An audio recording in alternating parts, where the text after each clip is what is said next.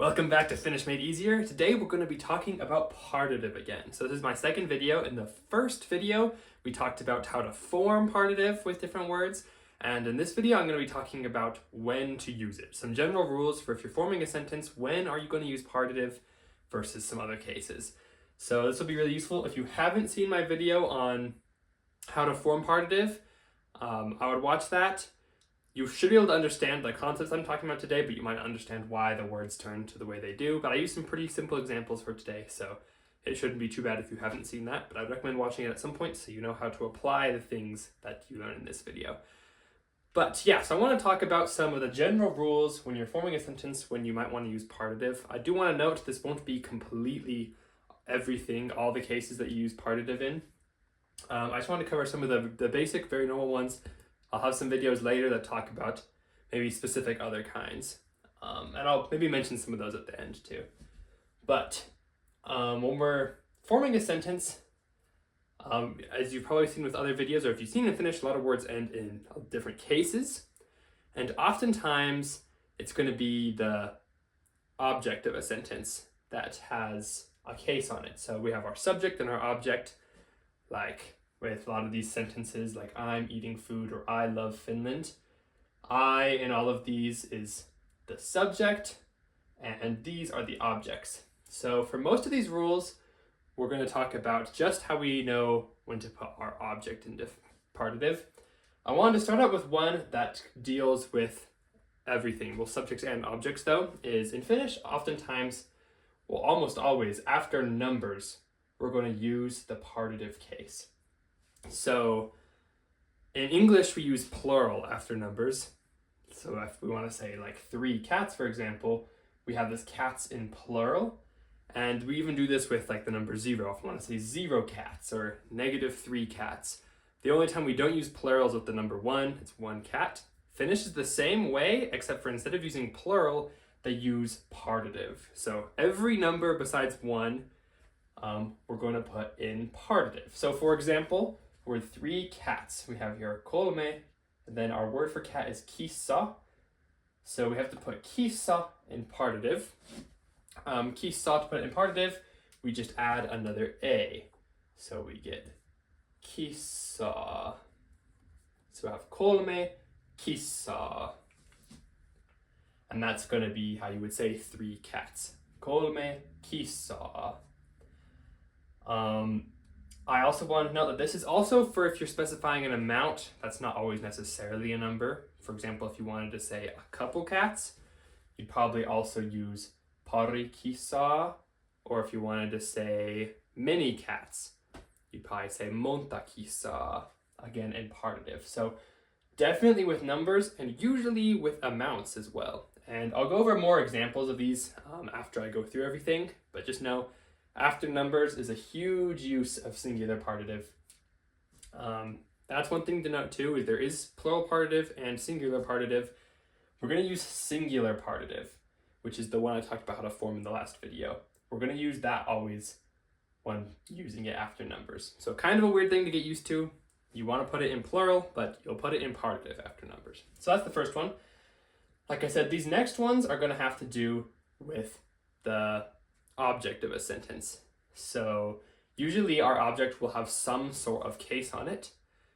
If you've seen my video about locative cases, you'll know that sometimes locatives are pretty obvious if we're saying like to or from, or some verbs just force different locative cases. But if we don't have a locative case, we're usually going to be between accusative and partitive. And so these are rules of how we can know that we're probably going to use the partitive case. So our first one is when we're working with things that are kind of an indefinite amount, which means that we don't necessarily know how much there is.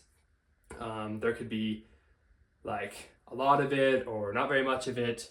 For example, when we use the word some, when we're talking about some, we don't really specify exactly how much there is. We're just saying like some. So for example, in the sentence, I want some milk. Milk here is our object in the sentence. And so we're going to maybe see what case we want to put it in. And since it's kind of indefinite, if we don't really know how much, we're just wanting some milk, we're going to put it in partitive. So maito, put it in partitive, we add an a. So we can say haluan and then maitoa. So haluan maitoa means I want some milk. This will commonly be used with things that are like liquids or things that have a lot of it. So for example, like maybe like powders too, like salt or liquids especially. Like water will commonly be in partitive, milk will commonly be in partitive. Or when we're using some, this will also be times maybe when we're saying like any, like do you have any milk? Do you have any dogs? Things like that. Whenever we're like trying to specify an amount, but it's very not specific, usually it's going to be partitive because it's indefinite. The next one, this one's very easy to recognize, is in negative sentences. In negative sentences, our object will almost always be partitive. So if I want to say like, I don't want a dog, we see that this is negative because it has this word don't. In Finnish, it's going to have these no words. So like en haluaa. So if I don't want a dog, dog is the object of our sentence. And so we're going to put that into partitive. So en haluaa koira. To put koira into partitive, we're also just going to add an a. I did a lot of these simple forming ones just in case people aren't used to it. So en haluaa koira. I don't want a dog. This is going to be basically any sort of negative sentences. Almost always when your sentence is negative, unless it should very obviously have some sort of locative case, it's usually going to be in partitive, our object. So that's a really nice one to realize. As long as you can remember that, it kind of saves you figuring out which case it's in. If it's a negative, it's probably going to be in partitive. This next one is when we have kind of incomplete things. So this can be sort of two things. Either you're saying that you're going to do something partway or that you're currently doing something. So something that's not finished. So for my example here, I'm eating food. The reason this is incomplete is because you haven't already finished eating the food. And you're not talking about how you're going to eat all of the food. You're talking just about kind of the process. It's not a complete process yet. Another example of this would be like I'm saying, I'm going to eat some of the food. I want to eat maybe part of the cake. I'm going to read part of the book.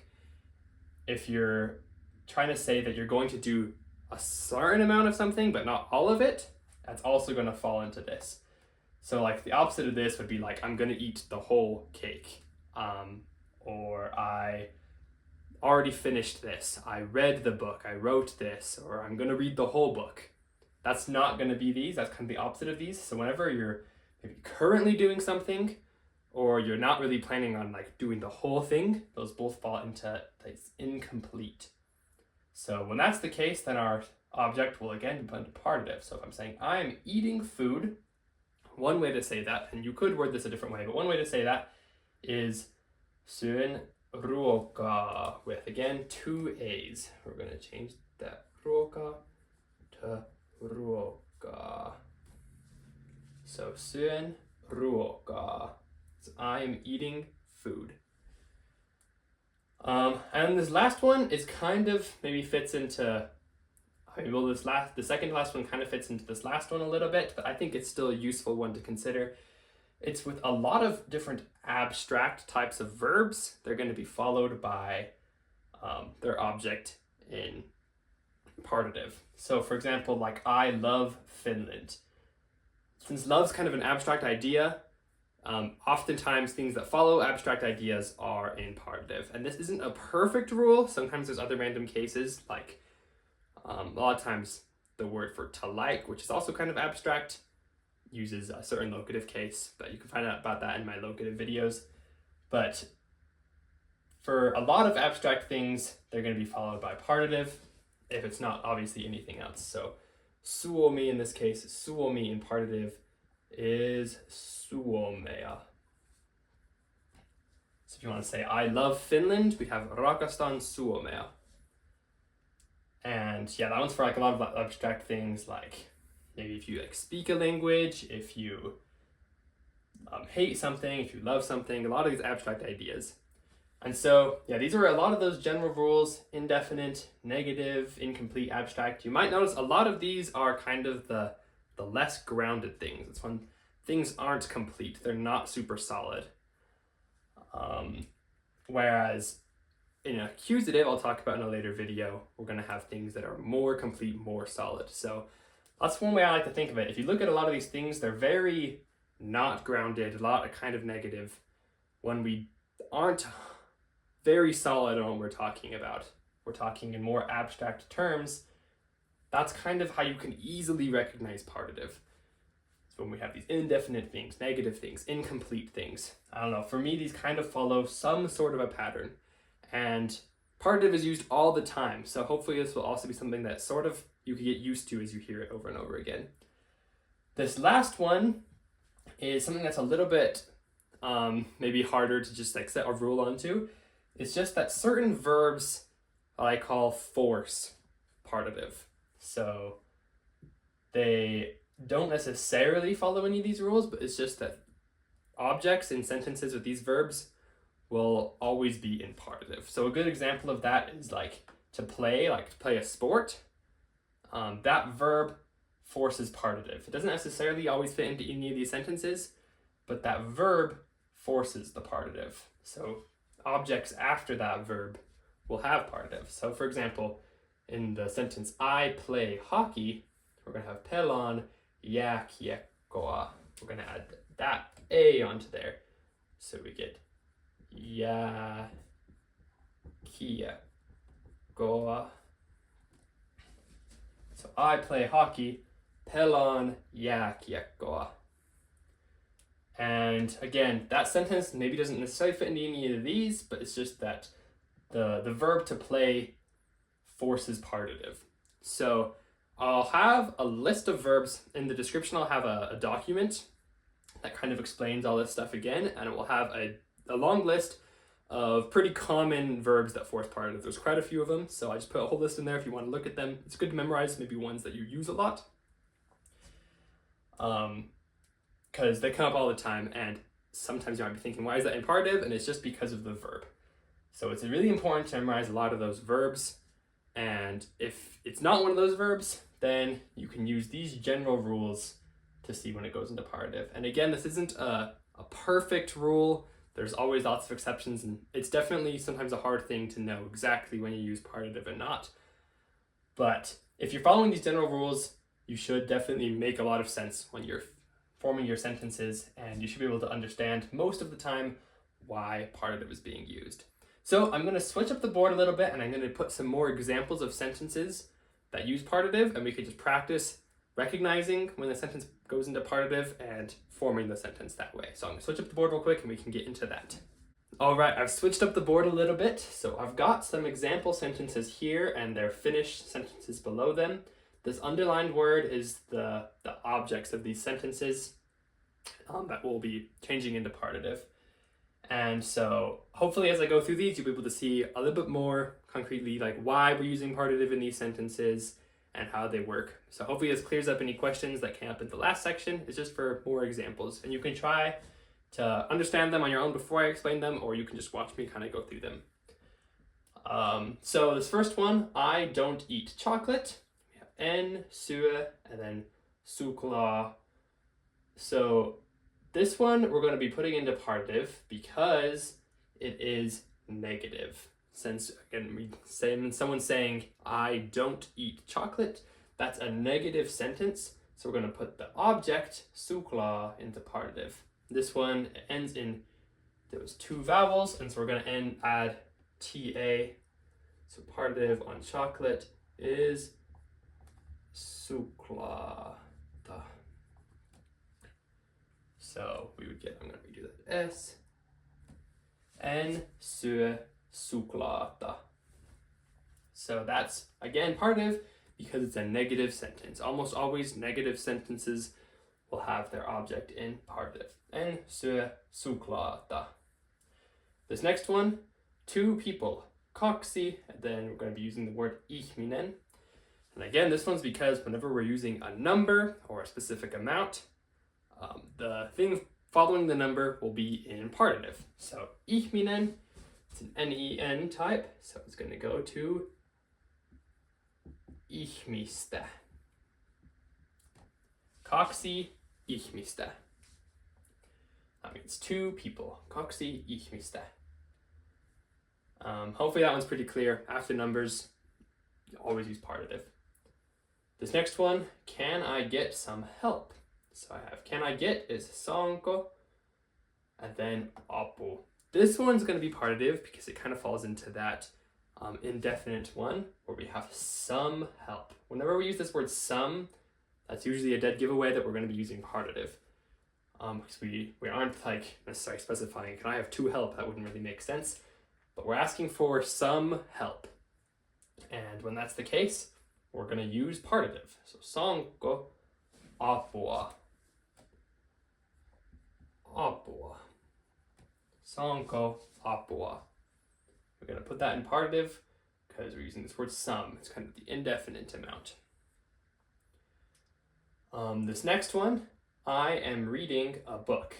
Again, with the I am reading, there are a few different ways that we can say this, but one good way I think is to use partitive to express that we're not done. This is a continuous process. Luen kirja, we're going to put kirja into partitive so that it's luen kirja. Sorry, this didn't show up very well. Kirja. Luen kirja with two A's in partitive. That can be either I'm reading a book, or that can mean that you're going to read the book, but maybe not the whole thing. That can mean either of those things.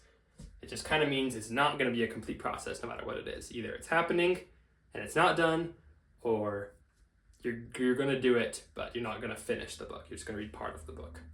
So that's, again, these incomplete processes. This last one, I hate darkness. This one can fit into both of those last two categories, whichever one makes more sense to you. Hate is a very abstract concept, and so it's probably going to use partitive, but also you can just think that the word hate, just like the word love, are words that force partitive. So whichever way makes more sense to you. Vihan and then pimeus in partitive. It's this vowel S type, so we're going to get pimeuta. So vihan pimeuta.